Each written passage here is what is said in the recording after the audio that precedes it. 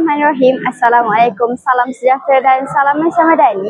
Kembali lagi bersama saya Nina Balkis, wartawan dari tim TVPSS SMK Sri Aman. Pada hari ini 17 Februari 2025, kini saya bersama rakan-rakan kru TVPSS berada di Dewan Seri Cemerlang bagi meraihkan Hari Persaraan Encik Muhammad Azman bin Hassan selaku guru tingkatan 6 Bahasa Melayu. Jom kita saksikan bersama. Bergetar jiwa di persada bercahaya,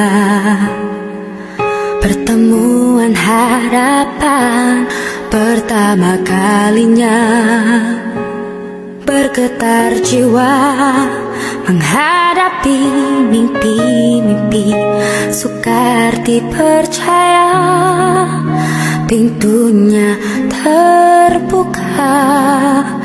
Di sini jua memori tercipta, walau seketika terjalin kasih kita.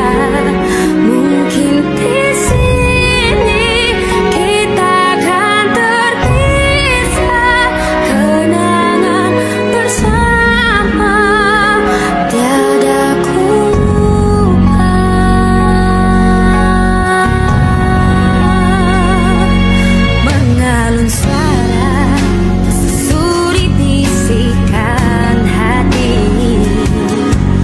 Seiringan mencari haruan berseni, bergetar jiwa. Assalamualaikum, saya Syamira, wartawan dari TVPSS SMK Sri Aman. Hari ini saya bersama Cikgu Muhammad Azman bin Hassan. Okey Cikgu, saya ingin menanyakan beberapa soalan kepada Cikgu. Okey. Apakah perancangan Cikgu selepas bersara? Alhamdulillah, syukur kepada Allah Subhanahu Wa Taala kerana saya berkesempatan di hari persaraan saya. Rancangan saya pada awalnya saya lebih berminat dalam bidang pertanian, tapi memandangkan saya kurang sihat, jadi saya sudah terpaksa ubahlah rancangan saya. Mungkin saya banyak berehat dan sesuai dengan usia saya sekarang ni, saya lebih kepada mendalami ilmu agama lah.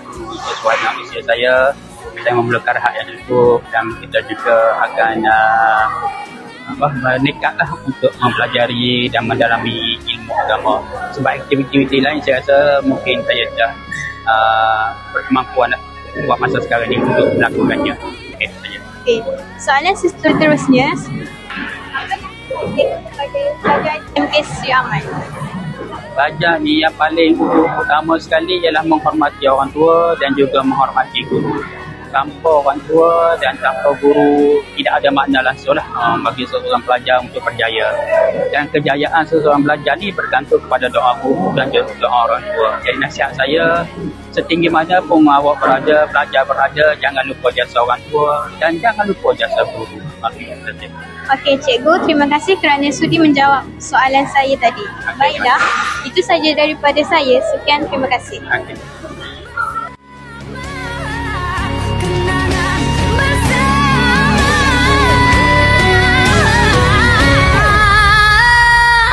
Mungkin di sini kita akan terpisah, kenangan bersama tiada ku lupa. Dengan ini berakhirlah sudah sambutan Hari Persaraan Encik Azman bin Hassan. Semoga Encik Azman bin Hassan sentiasa ceria dan dirahmati Allah Subhanahu Wa Taala.